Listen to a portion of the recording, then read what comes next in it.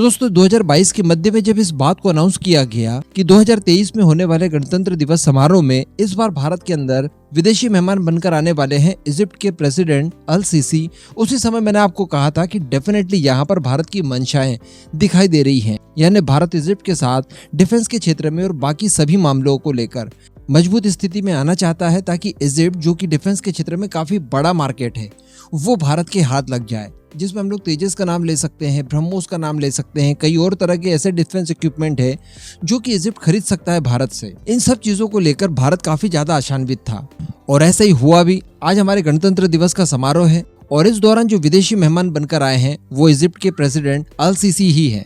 अब अगर यहाँ पर हम लोग पीटीआई की खबर के अनुसार देखें तो इजिप्ट की तरफ से ऑफिशियली भारत के तेजस में, भारत के रडार सिस्टम, सैन्य हेलीकॉप्टर और कई अन्य तरह के प्लेटफॉर्म्स को खरीदने में ऑफिशियल रुचि दिखाई गई है। लेकिन दोस्तों यहाँ पर बड़ा सवाल ये उठता है कि इजिप्ट क्या आज की परिस्थिति में एक बहुत बड़ा डिफेंस का खरीदार हो सकता है? क्योंकि मैं ऐसा इसलिए कह रहा हूँ क्योंकि इजिप्ट की स्थिति भी काफी हद तक पाकिस्तान की स्थिति जैसी होती जा रही है। तो ऐसी परिस्थिति में किस हद तक भारत उसको सहयोग करेगा, किस हद तक वो हमसे डिफेंस के लेकर खरीदारी कर पाएगा, आगे चलिए इसके बारे में हम लोग डिस्कशन करते हैं। वीडियो को एकदम एंड तक देखते हुए चैनल को सब्सक्राइब जरूर कर दीजिएगा। सबसे पहले तो मैं आपको बता दूं कि अल सीसी का प्रेसिडेंट के तौर पर ये भारत में तीसरा दौरा है।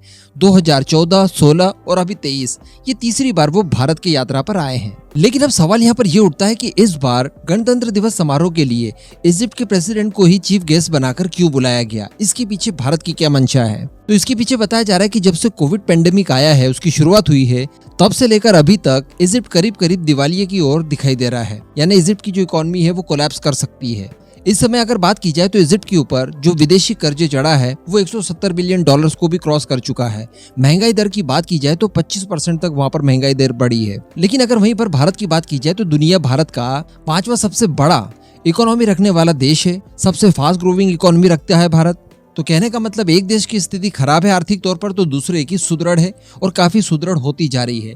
इस बात का फायदा ईच अदर उठाया जाए, यही इसके पीछे का मकसद है। देखिए, भारत ये चाहता है कि जिस तरह से अरब देशों में भारत ने यूएई को पूरी तरह से अपने पाले में ले लिया और उसे आतंकवाद और कट्टरता के खिलाफ एक बड़े चेहरे के तौर पर भारत प्रेजेंट करने की कोशिश कर रहा है, जिसमें इजराइल भी सहयोग कर रहा है, ठीक उसी तरह से भारत चाहता है कि इजिप्ट को भी एक बड़े चेहरे के तौर पर उठाया जाए। अब हम जानते हैं कि जो OIC है वहां पर इजिप्ट भी एक सदस्य है और इजिप्ट की बात की जाए तो काफी बड़ा देश है, एक गौरवशाली इतिहास छुपा हुआ है उसके पीछे।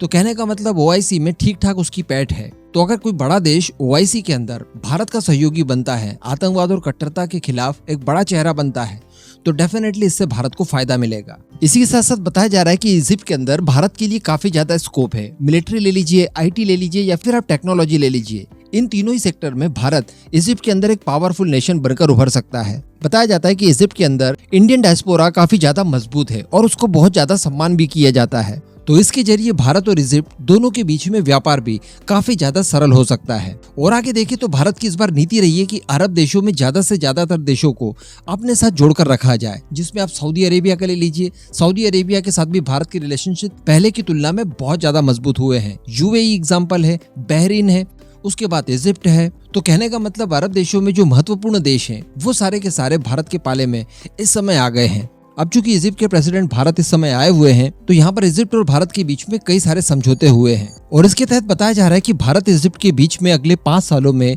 जो ट्रेड है वो पहले की तुलना में बढ़कर 12 बिलियन डॉलर्स के आसपास पहुंच जाएगा, जिसके तहत कई सारे सेक्टर्स में एक साथ काम किया जाएगा, जैसे पॉलिटिकल, सिक्योरिटी, डिफेंस, एनर्जी और इकोनॉमिक कोऑपरेशंस। तो इसका सीधा सीधा मतलब ये है कि भारत और इजिप्ट के बीच में बहुत ही जल्द कोई ना कोई बड़ी डिफेंस डील जरूर हमें देखने के लिए मिल सकती है। फिर वो प्रलय बैलिस्टिक मिसाइल्स को लेकर हो, तेजस को लेकर हो, आकाशीय डिफेंस सिस्टम्स को लेकर हो, किसी तरह की कोई एंटी टैंक गाइडेड मिसाइल को लेकर हो, रडार सिस्टम्स को लेकर हो, या फिर कई अन्य सारे हमारे पास प्लेटफॉर्म है जैसे कि मिलिट्री हेलीकॉप्टर, हमारा प्रचंड वगैरह।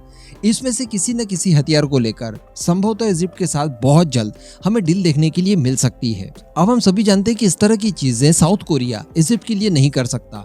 तो जो साउथ कोरिया के FA-50 की बात चल रही थी कि वो लगभग इजिप्ट के अंदर फाइनल कर लिया गया है, तो इस तरह की चीजें इस समय इतनी ज्यादा प्रभावी नहीं है, वो डील शायद नहीं हो सकती। और इस ओर इशारा इजिप्ट की इस समय की आर्थिक स्थिति भी हमें करके दे रही है। क्योंकि तेजस टेक्निकली साउथ कोरिया के F-50 की तुलना में कई ज्यादा पावरफुल है और सबसे बड़ी बात कि उससे कीमतें कम है। इसके अलावा भारत अन्य कई सारे क्षेत्रों में इजिप्ट को रियायतें भी दे रहा है। तो डेफिनेटली भारत का पलड़ा इस बार साउथ कोरिया की तुलना में काफी ज्यादा भारी दिखाई दे रहा है।